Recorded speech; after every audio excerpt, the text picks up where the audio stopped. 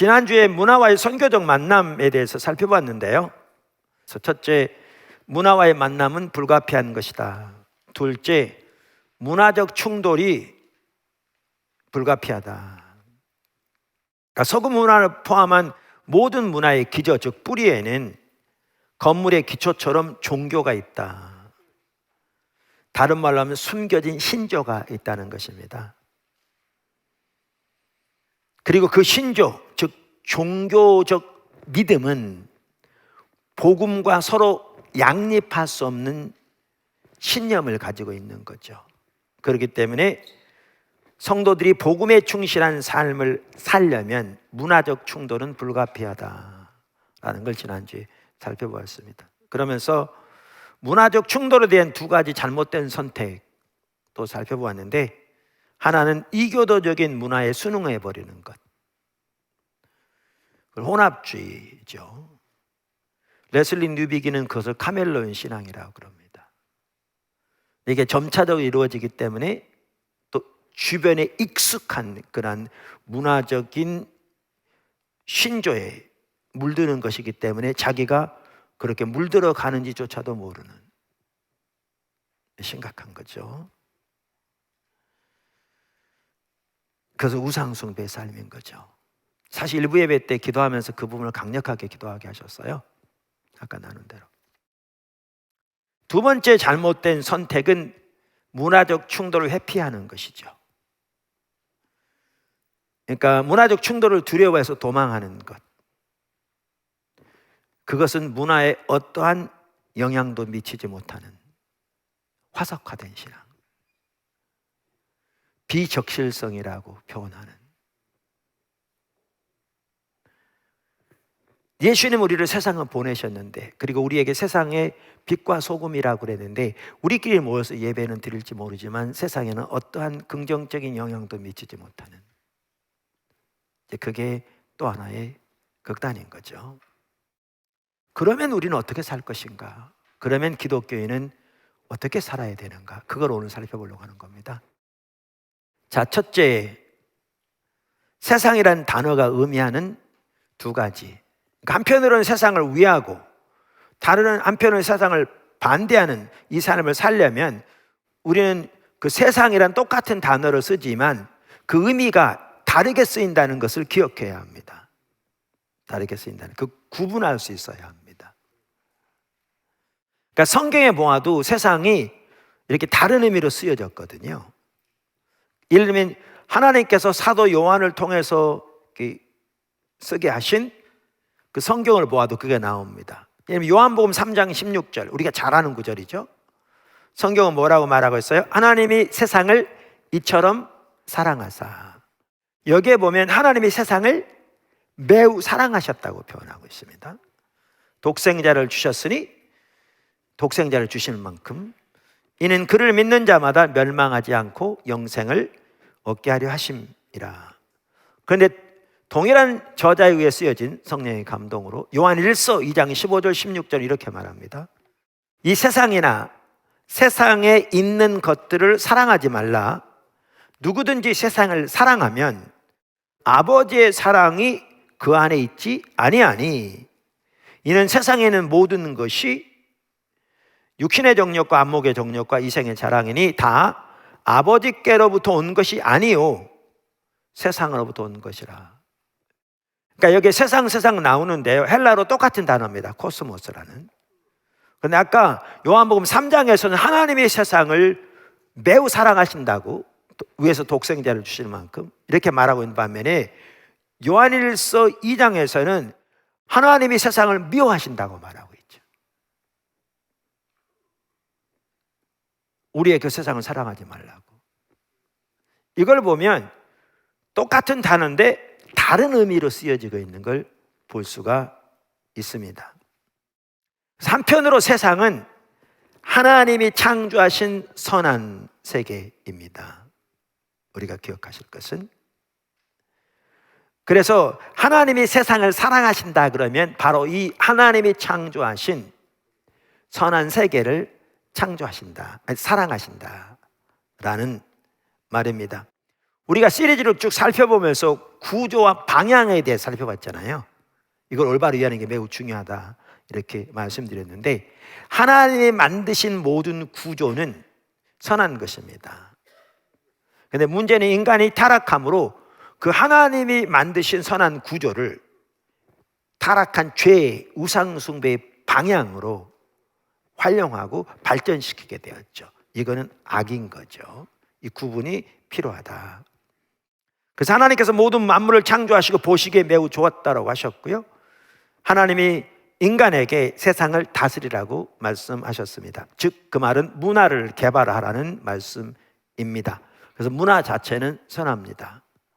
이게 한편으로는 이게 세상은 선하다, 하나님이 사랑하신다는 것이고요.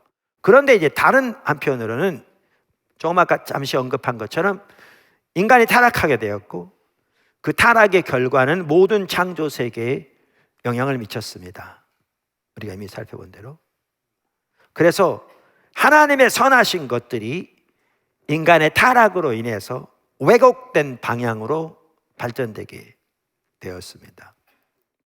하나님의 모든 창조 세계가 그 타락의 영향을 받게 되었습니다.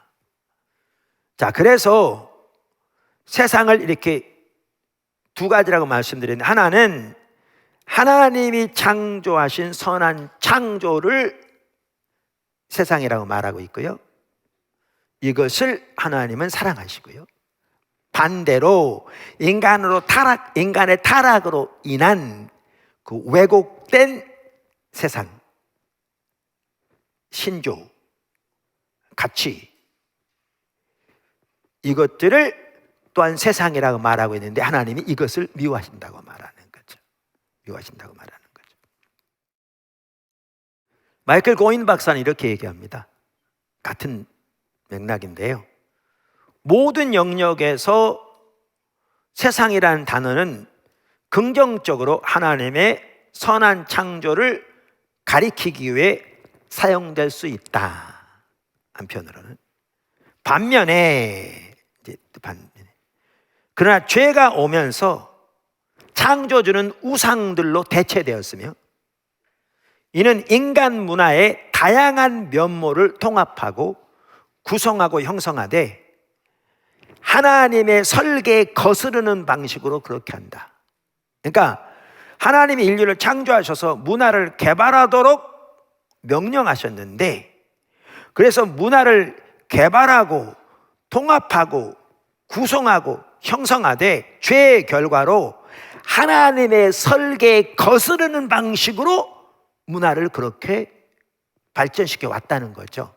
인류가. 이것은 악한 세상인 거죠. 악한 세상인 거죠. 그러면서 어떤 분의 말을 인용하는데요, 인간의 본성은 공백을 혐오한다. 공적 삶의 주된 사당, 이제 이걸 사당으로 비유한다면 공적 삶의 주된 사당은 계속 텅 빈 채로 있지 않다. 만약 유일한 참된 형상이신 예수 그리스도가 거기에 계시지 않으면 우상이 그 자리를 차지할 것이다. 여러분 마찬가지입니다. 불교에서는요, 모든 것이 비어진 무아의 상태를 추구하는 건데요, 그거 가능하지 않습니다.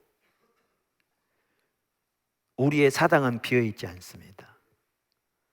예수 그리스도로 채워지지 않으면 우상으로 채워집니다. 우상을 이기는 길은요, 그것을 몰아내려고 시도하는 것도 중요하지만 그 자리를 하나님을 채우는 게 방법입니다. 하나님을 채우는 게. 자, 세상이 이렇게 두 가지인데 이걸 좀 더 이해할 수 있는 또 다른 예를 제가 들어보겠습니다. 그게 이제 권세들입니다. 지난주에 제가 언급했었죠. 사도 바울 서신서를 보면 정사들, 권세들, 통치자들 이런 내용들이 나오거든요. 근데 이러한 것을 이렇게 해석하되 한편으로는 영적으로만 해석하는 것도 지나친 극단이고, 반대로 이 권세들을 세상의 권세들로만 보는 것도 지나친 극단이다. 사실 둘 다를 의미한다. 지난주에 말씀드렸잖아요. 자, 그러면 이 권세들을 좀 보아도 이걸 선명히 이해할 수 있습니다. 하나는, 한편으로는 권세들은 하나님이 창조하신 선한 것들입니다. 성경이 명확하게 말하고 있습니다. 어디에요? 골로새서 1장 16절에 명확하게 말하죠. 만물이 그에게서 창조되되, 여기 그는 바로 그 윗절을 보면 예수 그리스도인 걸 알 수 있습니다.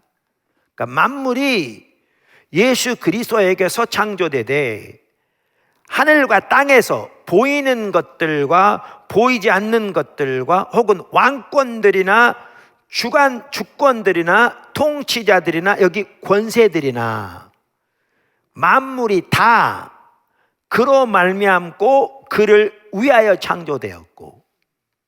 자, 그럼 여기에 보면 뭐라고 되냐면 이 권세들이 예수님에 의해, 예수님을 위해, 예수님에게서 창조되었다 이렇게 나옵니다. 선한 것들인 거죠. 할렐루야. 근데 다른 성경에 보면 동일한 권세들이 우리가 대적하는 악의 세력들입니다. 그러니까 하나님을 대적하는 세력들인 거죠. 동일한 권세들이. 어디를 보면 아느냐 하면 대표적으로 에베소서 6장, 우리 영적 전쟁에 대해 말하는 에베소서 6장을 보면 아는데 6장 11절과 12절을 보십시오. 이렇게 말합니다. 마귀의 관계를 능히 대적하기 위하여. 누구의 관계? 마귀의 관계를 능히 대적하기 위하여 하나님의 전신갑주를 입으라. 우리의 씨름은 혈과 육을 상대하는 것이 아니요 통치자들과 권세들과 이 어둠의 세상 주관자들과 하늘에 있는 악한 영들을 상대함이라. 그럼 아까 우리가 본 그 골로새서 1장 6절에서는 사실 골로새서 에베소 둘 다 옥중 서신이거든요. 사도 바울이 제1차로 로마 옥중에 갇혔을 때 쓰여진 서신서들이에요. 다른 말로 하면 비슷한 시기에 쓰여진 서신들이에요. 비슷한 시기에. 그런데 자, 그러면 골로새서에서는 지금 아까 말씀드린 대로 본 대로 여기 보면 여기 나온 것만 하더라도 통치자들, 권세들이 예수님에 의해, 예수님을 통해 예수님에게 창조되었다 이렇게 말하고 있는데, 동일한 시기에 쓰여진 에베소서에 보면 이 통치자들과 이 권세들이 하나님을 대적하는 원수고 우리를 대적하는 원수여서 우리의 씨름이, 영적인 싸움이 씨름이라고 표현할 만큼 멀리 떨어져서 미사일 쏘는 게 아니라 몸과 살과 살이 부닥쳐 싸우는 것처럼 우리 가까이 있다 그 말입니다. 영적 전쟁이. 우리의 씨름이 이 권세들, 이 통치자들에 대한 것이다 이렇게 말하고 있잖아요. 그러니까 한편으로는 이 권세들이 선한 것인데 하나님이 창조된, 다른 한편으로는 하나님을 대적하는 악한 세력인 걸 볼 수 있잖아요. 이 두 개를 볼 수 있는 거죠. 두 개를. 그러니까 한편으로 이걸 해석할 때 이걸 영적으로만 해석하면 이렇게 해석하는 겁니다. 여기에 권세들은 천사의 세력들을 가리킨다.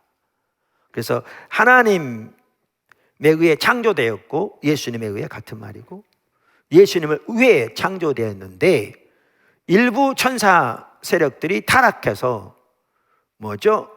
사탄의 세력들이 된 거죠. 그래서 하나님을 대적하고 하나님의 역사를 왜곡하는 악한 영적 세력들이 된 거죠. 그래서 이것을 그렇게 이해하는 게 영적으로 해석하는 겁니다. 그러면 이렇게만 해석하는 것도 지나친 거고요. 반대로 여기에 권세들, 통치자들이 세상의 권세들, 세상의 통치자들만 의미하는 것으로, 그 통치들, 권세들이 악한 영향력 안에 들어갈 수 있으니까 인간의 타락으로 인해서 이렇게만 해석하는 것도 지나친 것이다. 사실은 둘 다를 보아야 한다. 그 둘은 밀접하게 연결이 되는 거죠. 자, 그러면 이제 여기에서도 우리는 그 두 가지를 명확하게 볼 수 있는 거죠. 하나님에 의해 창조된 하나님의 사랑하시는 선한 세계. 근데 그것이 죄로 인해 당연히 배후에 악한 세력의 영향력도 있을 수 있고요.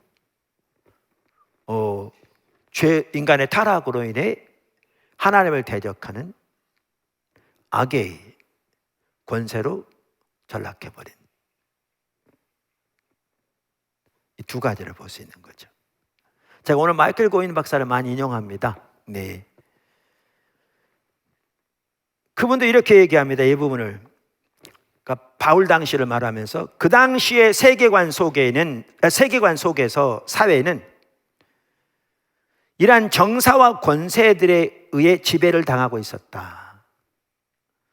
이에 대해 바울은 이러한 권세들이 그리스도 안에서 그리스도를 위해 창조되었다고 말한다. 골로새 1장 16절. 그들은 창조 안에서 선한 권세들이었지만 그들이 절대화되고 하나님께 속한 자리를 취했을 때 부패하고 마귀적인 것이 되었다. 그러므로 선한 창조적 권세들, 예를 들어 성, 돈, 친족, 전통과 정치적 권세들은 우상이 될 수 있고 그렇게 사회의 구조들을 형성할 수도 있다. 예를 들면 지금 말씀드린 성, 돈, 친족, 전통도 사실 그 자체가 나쁜 건 아니고요. 정치적 권세도 하나님께로부터 나온 선한 건데 악한 타락의 영향력으로 하나님의 자리를 대체하고 대적하는 악한 권세들이 될 수 있는 거죠. 그리고 그 배후에는 악한 영적 세력이 역사할 수 있는 거죠. 그러면서 이어서 이렇게 말합니다. 바울은 그리스도의 우주적 권위를 강조하면서 예수님이 우리뿐만 아니라 모든 눈에 보이는 피조세계, 온 우주, 보이지 않는 세계까지의 주인이시잖아요. 명확하게 성경이 우리가 말하고 여러 번 본 것처럼 우주적 권위를 강조하면서 에베소와 골로새인들의 경제적, 문화적, 사회적, 정치적인 삶을 지배하는 다양한 영적인 권세들의 위협에 대응하고 있다. 유혹은 교회 구성원들이 다른 동료 시민들처럼, 안 믿는 세상 사람들처럼 그러한 권세들에 종속되어 살아가는 것이었다. 이게 이제 심각한 문제인 거죠.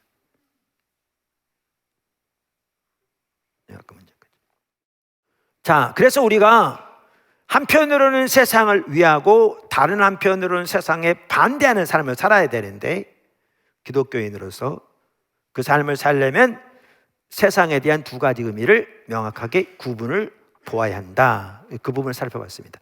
큰 두 번째입니다. 우리가 어떻게 세상을 위하고 세상에 반대하는 삶을 살 것인가. 예수님의 십자가 부활이 그 기준점입니다. 준거 기준이라고 하는데 reference point라고 볼 수 있죠. 영어로 말하면 그 기준입니다.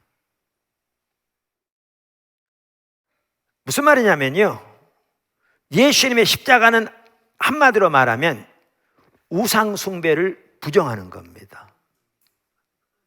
반대로 부활은 선한 창조를 긍정하는 겁니다.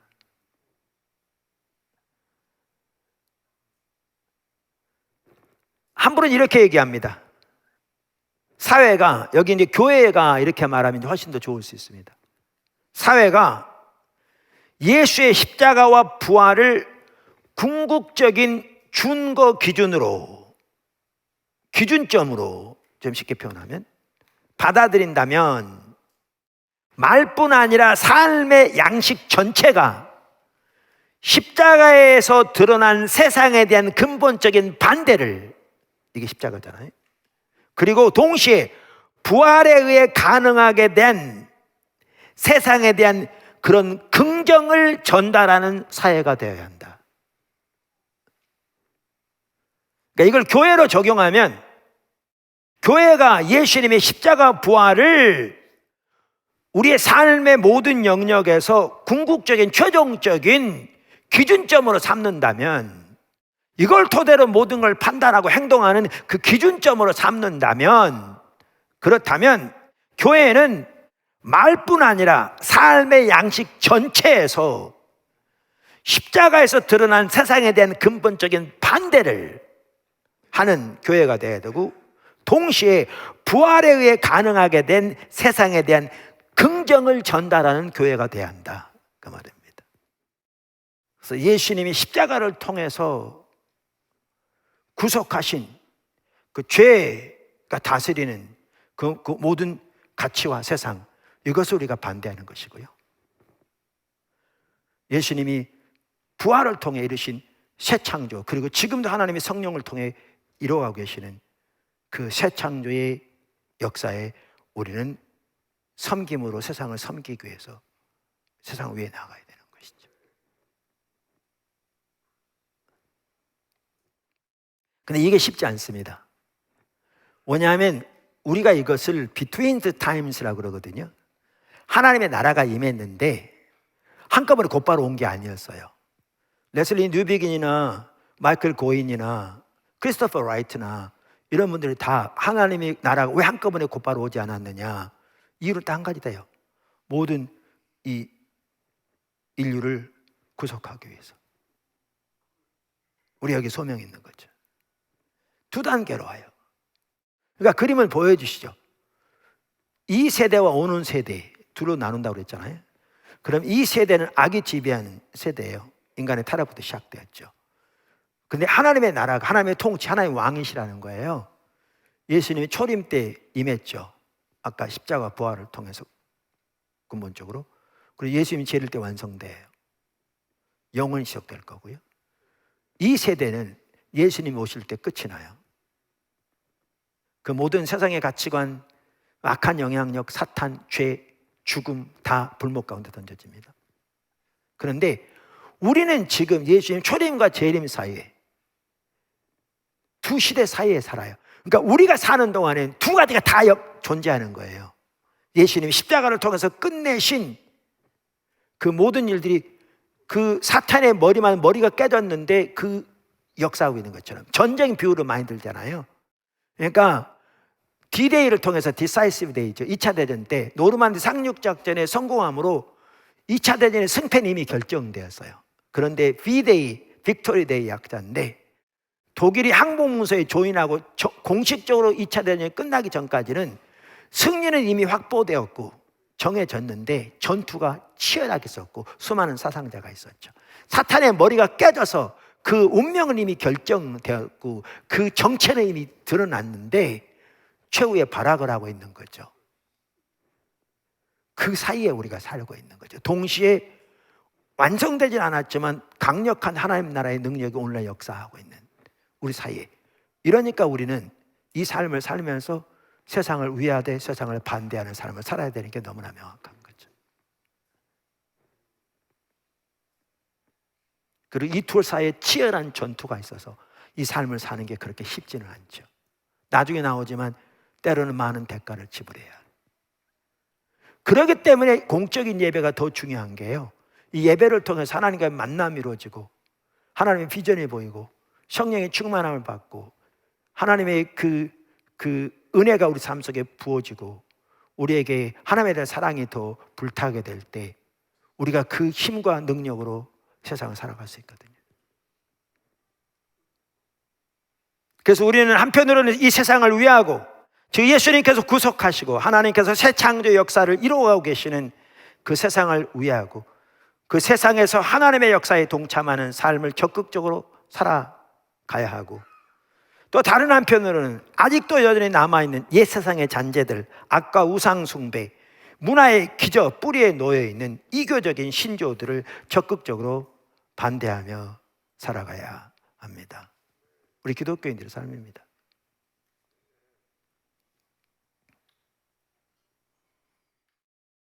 이 부분을 이렇게 마이클 고인은 이렇게 표현해요. 두 시대가 혼합되어 있어. 아까 그림 본 것처럼 다가올 시대의 권세들과 옛 시대의 악한 세력 사이에 충돌이 일어나고 있기 때문에 공적 생활로의 선교적인 개입은 참여와 거부를 동시에 세상을 위하면서 세상을 반대하는 것을 의미할 것이다. 동시에 교회는 하나님이 새롭게 하시는 문화적 상황을 긍정하고 세상의 선을 위해 모든 삶에서 그리스도의 주대심을 구현하려고 노력한다는 의미로서 세상을 위해 살아간다. 교회는 옛 시대의 우상숭배적인 세력들과 인간 사회에 대한 그들의 지속적인 지배를 거절한다는 의미에서 세상에 반대하며 살아간다. 그래서 교회는 세상에 반대하는 것과 세상을 위하는 것 사이에 지속적인 긴장 가운데 살아간다. 교회가 이언론적인 경향 속에서 세상으로부터 후퇴를 지나치게 강조하며 이렇게 긴장 가운데 살아야 되는데, 이언론적인 성속의 분리 가운데서 세상으로부터 후퇴를 지나치게 강조하면 어떻게 되느냐? 세상을 위한 하나님의 구속 계획으로서 예수님의 부활, 죽음과 부활을 저버리는 순전히 분리주의적 종말 운동이 되어버린다. 무슨 말이냐면요, 우리나라 그 시한부 종말론주의자들이 있죠.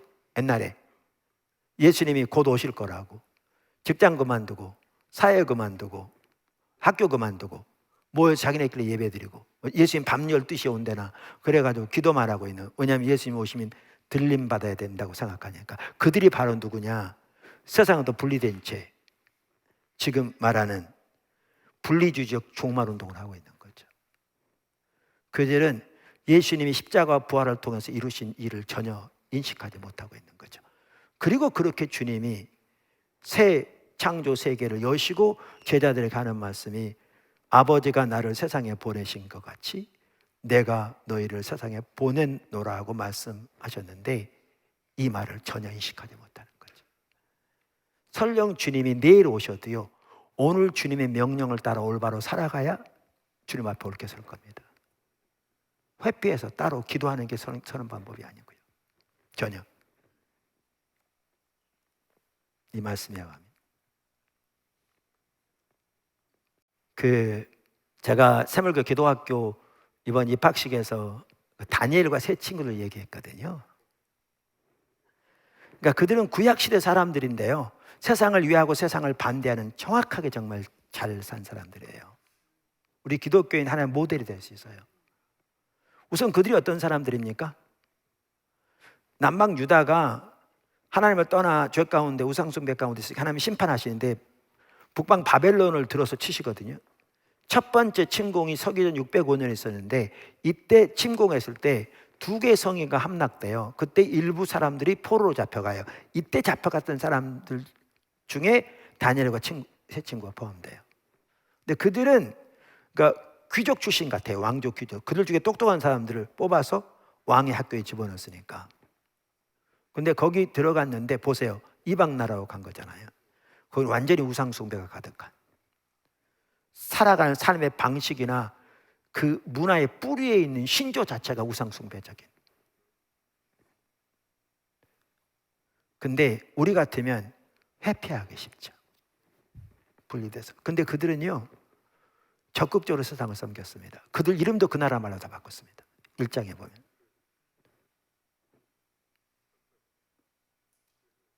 그 나라 말로.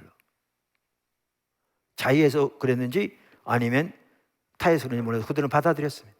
뿐만 아니라 그들은 그들에게 맡겨진 자리에서 신실하게 그 나라를 섬겼습니다. 근데 반대로 그 나라의 우상 숭배는 철저히 금했습니다. 어떨 때는 목숨을 걸고 반대했습니다.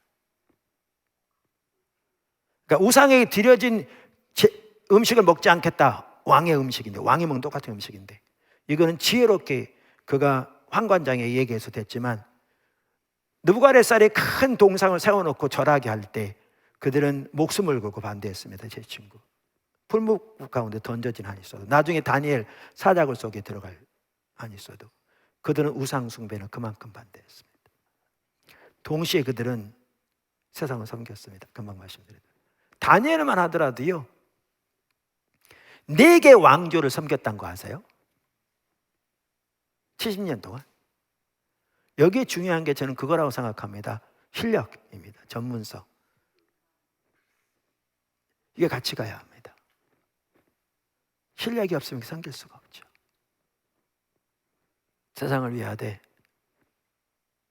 세상에 반대하는, 세상에 반대하되 세상을 위하는. 자, 큰 세 번째, 역사적인 예. 그러면 이렇게 세상을 위하고 한편으로는, 다른 한편으로는 세상을 반대하는 역사적으로 좋은 예가요, 초대교회입니다. 정말 좋은 예입니다. 자, 그 부분을 살펴보면 마치겠습니다. 초대교회는 우리가 잘 아는 대로 로마 제국의 문화적 환경에서 태어났습니다. 로마 제국의 기초 사회 단위는 오이코스였습니다. 우리가 오이코스라고 그러잖아요. 오이코스는 보통 가족으로 번역되는데요, 오늘날 가족 그러면 대개 핵가족이라고 이해하죠. 그런데 로마 시대에는 핵가족이라는 게 아니었고요, 그 오이코스 그러면 대가족뿐만 아니라 종과 노예들까지 포함하는 나눠지지 않은 가족 전체를 말했습니다. 가족 전체를. 그게 오이코스였습니다. 근데 그 오이코스에는 사법적 권위와 더불어 경제적 관계도 포함되었습니다. 당연히 그 로마의 가족은 로마 문화의 우상 숭배적 풍조로부터 깊은 영향을 받았습니다. 그 기초에는 로마 시대에 가지고 있는 문화적 이해와 신조가 거기다 깔려 있었습니다. 그래서 그 오이코스에서 아버지 혹은 가장의 권한은 막대했습니다. 거의 무한했습니다. 그래서 가족들의 생사를 가늠할 정도였습니다. 그 아버지 가장을 퀴리오스, 주라고 불렸습니다. 그 당시 황제를 퀴리오스라고 불렀고 예수님을 퀴리오스라고 불렀잖아요. 근데 그 가장을 퀴리오스라고 부를 정도였습니다. 그만큼 막대한 권한을 가지고 있었습니다. 그런데 그 당시 그 사회에서 이 가장의 그 권위와 역할이 대단히 남용되고 오용되는 경우가 많았습니다. 타락한 죄로 인해 당연히 그랬겠지만. 그래서 성경 시대만 하더라도 이 사회 제도가 여러 가지 면에서 왜곡되고 타락한 상태에 있었습니다. 이 문화 가운데서 기독교가 탄생하게 되었습니다. 자, 그러면 교회가 어떻게 했겠냐 그 말이죠. 혹은 어떻게 했겠냐 그 말이죠. 이게 너무나 타락한 가치관이 이걸 다 버려버리고 새로운 형태의 결혼, 가정, 경제적 관행을 만들어 했느냐. 초대교회는 그렇게 하지 않았습니다. 그럼 반대로 아까도 말한 그 제도 배후에는 그 당시 가지고 있던 그 신조 뿌리에 있는 종교, 반기독교적인 종교가 있었는데 그걸 그대로 수용했느냐? 당연히 안 했죠. 당연히 안 했죠. 그렇게 하는 것은 타협하는 행위가 되었을 것이니까요. 그러면 초대교회는 어떻게 했느냐? 제가 고인 박사의 말을 읽어보겠습니다. 초대교회는 자기가 그 문화에 편히 몸담고 있다는 사실뿐 아니라 그 밑에 깔린 핵심적인 신앙적 가정들과 껄끄러운 관계가 있음을 인식했다. 사실 교회가 문화의 뿌리에 있는 우상 숭배적인 신조를 인식하는 게 중요합니다. 인식하는 게. 인식했다. 초대교회는 로마 제국의 만연한 우상 숭배를 충분히 의식하고 있었다. 복음이 요구하는 삶과 로마 문화의 우상 숭배적 신념 사이에 긴장이 있었던 것이다. 둘 사이의 긴장. 이 긴장이 중요하거든요. 긴장을 인식하는 게. 바로 이런 긴장 관계가 신실함을 낳는 원천이 되었다. 그들은 로마 시대의 가족을 단순히 거부하거나 긍정하지 않고 오히려 전복하거나 개혁했다. 가족 안에서 창조 질서에 속한 관계들, 하나님이 세우신 구조들, 창조 질서들, 이게 하나님 만드신 겁니다. 즉 남편과 아내, 부모와 자녀, 이란 부분들, 심지어 그 당시에는 주인과 일꾼 등을 이런 창조 관계에 속한 것들을 구별해내고 그런 관계들을 변혁했다. 그리고 그것들을 로마 이교 사상의 풍토에서 뽑아내어 복음의 풍토 속에 이식했다. 창조된 구조를 인정하고 그것을 긍정하는 한편 그 왜곡된 방향성은 배격한 것이다. 여러분, 이 상황에서 에베소 5장을 읽어야 합니다. 남편과 아내와의 관계, 부모와 자식 간의 관계, 주인과 종과의 관계. 이 말은 늘 말씀드린 대로 성경은 노예제도를 뒷받침하고 있지 않습니다. 바울도 예수님도 그 당시에 노예제도를 무너뜨리기 위해서 데모하지 않았습니다. 근데 예수님의 가르침대로 따르면 노예제도는 무너지게 돼 있었습니다. 그 뿌리부터 들고 있거든요. 실제로 그렇게 됐습니다. 근데 초대교회는 그 예수님의 가르침에 따라 그렇게 주님이 세우신 이 구조를 변혁했습니다. 엄청난 내용인 거죠. 제가 좀 더 읽어보겠습니다. 남편에게 아내를 성적으로 사랑하라는 권면, 부모에게 자녀들을 자유롭게 양육하라는 권면, 주인에게 종들을 존중하는 태도로 대하라는 권면은 참으로 급진적인 요구였다. 그 당시 상황에서 엄청난 요구인 거죠. 주님을 위하여 자발적으로 스스로를 쳐서 복종시키면서 여성과 노예를 존귀하게 대하는 태도는 참으로 혁명적인 모습이었다. 초대교회가 하나님께 순종함으로써 전혀 다른 오이코스가 형성된 것이다. 초대교회 당시 로마인들 역시 이것을 오이코스라고 알아볼 수 있었지만 그것은 어디까지나 근본적으로 변화된 가족 오이코스였다. 이제 아버지는 자기 권위를 다른 사람 위에 군림하는 데 사용하지 않고 희생적으로 섬기는 데 사용하였다. 아내와 자녀와 노예들은 새로운 차원의 존엄성을 입게 되었다. 초대교회는 고대 세계에서 부자와 가난한 자, 남자와 여자, 노예와 자유인, 그리스도인과 이방인 사이에 세워진 장애물들을 무너뜨렸다. 이는 독창적이면서도 당황스럽게 만드는 사회적 불가능성, Sociological impossibility, 그러니까 사회적 불가능성이란 당시 사회 구조 속에서 결코 이루어질 수 없던 것들이 복음으로 형성된 새로운 공동체 안에서 가능하게 되는 것을 말한답니다. 초대교회는 로마 사회에서 눈에 띄지 않는 구석자리에 사적인 영역으로 밀려나는 것을 허락하지 않았다. 초대교회는 그렇게 허락하지 않았습니다. 로마 제국의 공적인 정책들에 순응하기를 거절하고 대신 성경 이야기를 따라 살아갔다. 초대교회는 로마 제국을 하나로 묶어준 황제는 주, 시저는 주라는 고백에 대해 분명히 반대 입장에 서서 예수가 주라고 고백했다. 이게 초대교회 복음의 핵심이잖아요. 그분이 퀴리오스다. 예수님이 하나님의 아들로서 온 세상의 적법한 통치자다, 그 뜻입니다. 교회는 자신을 에클레시아 곧 새로운 인류의 선구자로서 하나님의 부름을 받은 사람들의 공적인 모임으로 불렸고 오직 미래적이고 내세적인 구원에만 관심을 갖는 사적인 종교 공동체라는 개념을 명백하게 거부했다. 초대교회에서 우리는 세상 한가운데서 세상을 위해 하나님 나라를 증거하도록 부름받은 백성이라는 정체성을 가진 공동체가 어떤 모습인지를 보게 된다. 초대교회 그리스도인들은 성경 이야기를 따라 살아갔고 그래서 주위의 이교 문화와는 대조적인 삶을 살았다. 그들의 대조적 공동체의 삶은 주류 사회의 주변부에 머물렀지만 그 당시 아주 소수니까 많은 사람들에게 매력적이었고 로마 제국 안에 만연한 우상 숭배에 대해서는 공개적으로 도전했다. 그래서 나중에 초대교회가 로마를 삼킵니다.